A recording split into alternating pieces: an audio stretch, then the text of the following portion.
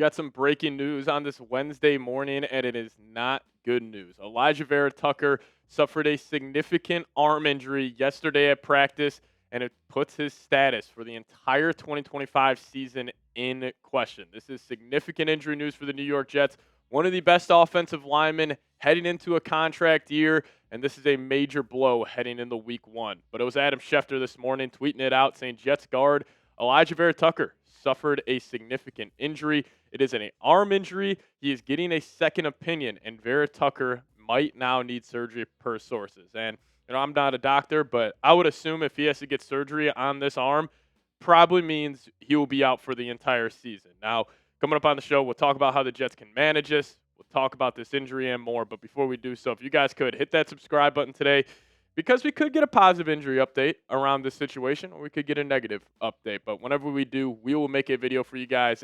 ASAP. So hit that subscribe button, lock us in, help us reach 9,000 subs on YouTube. I would really appreciate it. Hit that subscribe button today. Got to give a shout out to Kevin James here. This is my reaction to seeing the news because every single year there's something around the New York Jets. And we are a couple of days away from week one of the season. Vibes are high. Everybody's excited. Aaron Rodgers returning to MetLife. And then you get this blow of Alijah Vera-Tucker for sure missing week one, and he could potentially miss the entire season. And this injury is just absolutely devastating. Like, I don't want to underreact and act like it's all okay. The Jets will be able to manage this.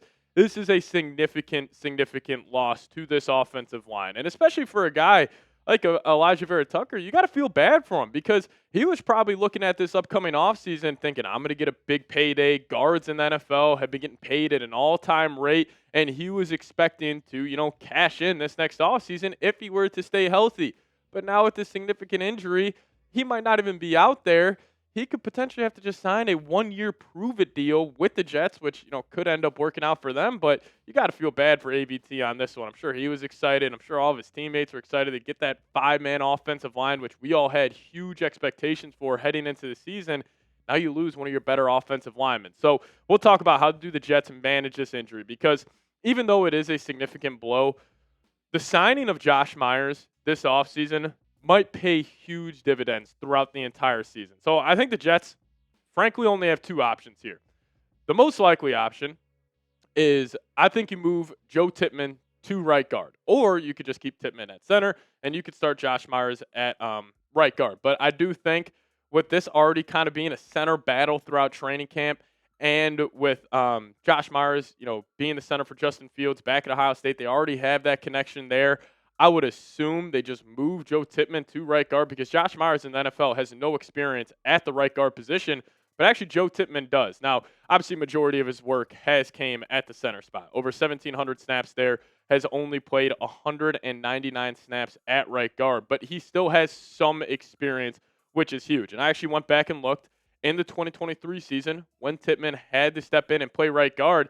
It was pretty up and down. He actually started off super hot. These are his PFF grades here from week 3 and week 4, 71.5, 76 overall grade in week 4, and then week 5 and week 6 did not look too good. Had a 52.9 overall grade in week 5, a 33.7 overall grade in week 6. And again, there is no easy answer to this problem. Like when you lose one of your best offensive linemen 4 days before the season, I think this is a catastrophic blow. But if I was calling the shots, I would just move Joe Tippmann, the right guard, and start Josh Myers at center. I think that's really the only avenue the Jets can go here. Now, you could, move Josh Myers to right guard, but I would just start him at center, move Tippmann to that right guard spot, and go from there. And Josh Myers, even though he hasn't been one of the best centers in the league, he's at least been serviceable. Like, it's not like you're going to throw in a guy who has no experience starting in the NFL. This guy has a lot of snaps. He's been healthy throughout his entire career. And, hey, he was the starting center for the Green Bay Packers last year, having one of the better run games in the National Football League. Even though PFF grades are all right, but 55.7 overall, 52.5 in the run block, 64.9 in the pass block, and he's been pretty consistent throughout his whole NFL career when he has started and got it over 1,000 snaps. But I'll tell you what, thank God the Jets signed Josh Myers, or else what are we talking about right now? Like, there would be no answer to this problem. At least the Jets can kind of maintain the ship here and just move around a couple of offensive linemen so you still have a solid front. But I'll tell you what, this puts more pressure on Simpson, Fashanu, Membu, And even, Tippmann step up and play some good football because you're going to have to kind of manage this injury. And with the Jets wanting to be a physical team, wanting to run the football, losing one of the best right guards in the National Football League stinks. But overall, I just feel bad for AVT. This guy was looking to cash in this next upcoming offseason, and let's just show him some love on today's show. Hoping for the best. You never know. We could get a positive injury update here, and he could be only out for maybe the first 4 weeks. But if he's got to get surgery on that arm, I'm assuming this might be a bad update we could get in the next couple of days. Let's show him some love. Type his jersey number. Type those 75s down below.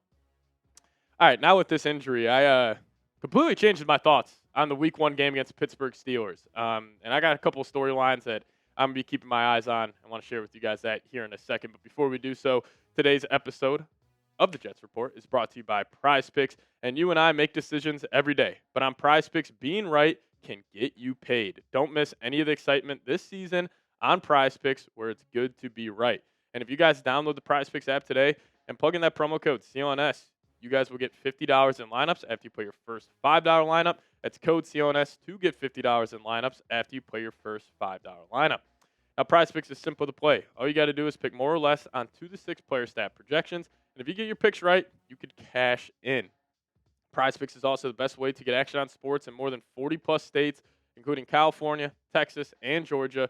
Prize Picks puts their members first, so all withdrawals are fast, safe, and secure.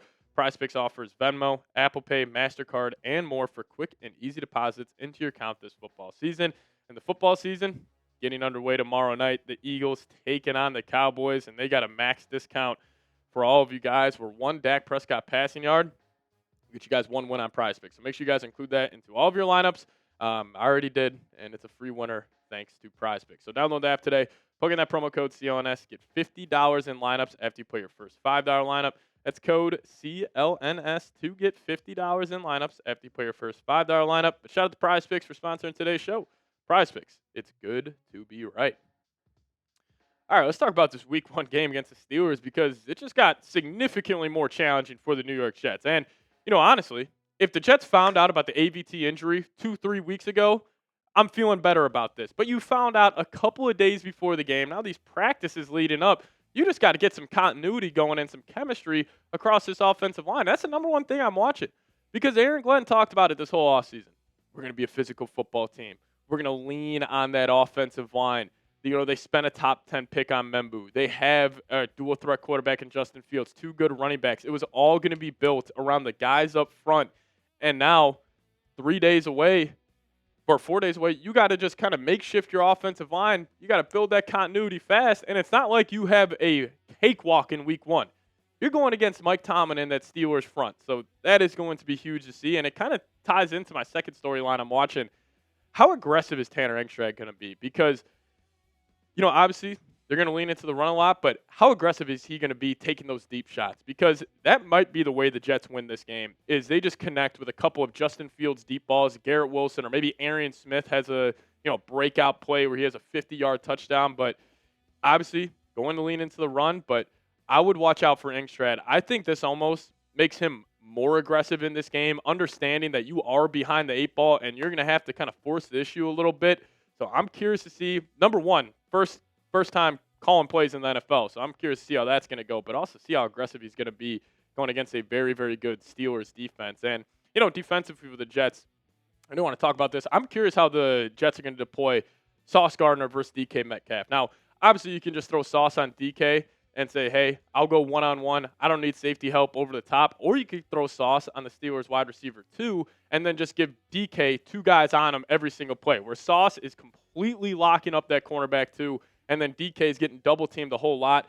That's another kind of game planning situation. I'm curious to see how Steve Wilks and Aaron Glenn will handle that. But if I were the Jets, I'd just say, Sauce, you go one-on-one against DK. We trust you. I think you could get the better of him in this matchup. That's what I would do, but also don't be shocked if Sauce is kind of roaming around and then the other guys focus in on DK here. And then, this matchup got even more intense after this AVT injury news. Armand Membu versus TJ Watt. Now, I think this is going to be Membu's welcome to the NFL moment, and that's no slight against him. That is more praise to TJ Watt, the best pass rusher in the National Football League. But I'm sure when he's on a podcast 3-4 years from now and they're saying, Armand, what was your welcome to the NFL moment?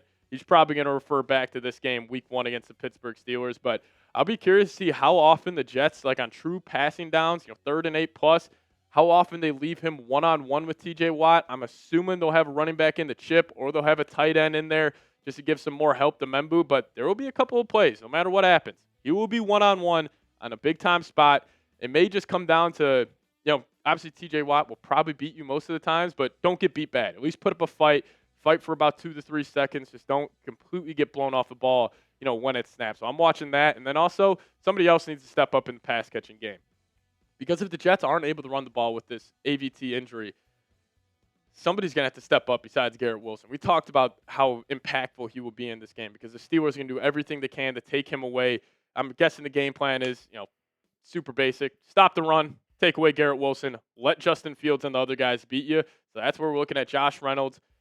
Mason Taylor's got to step up. Maybe you, again, have that deep shot to Arian Smith.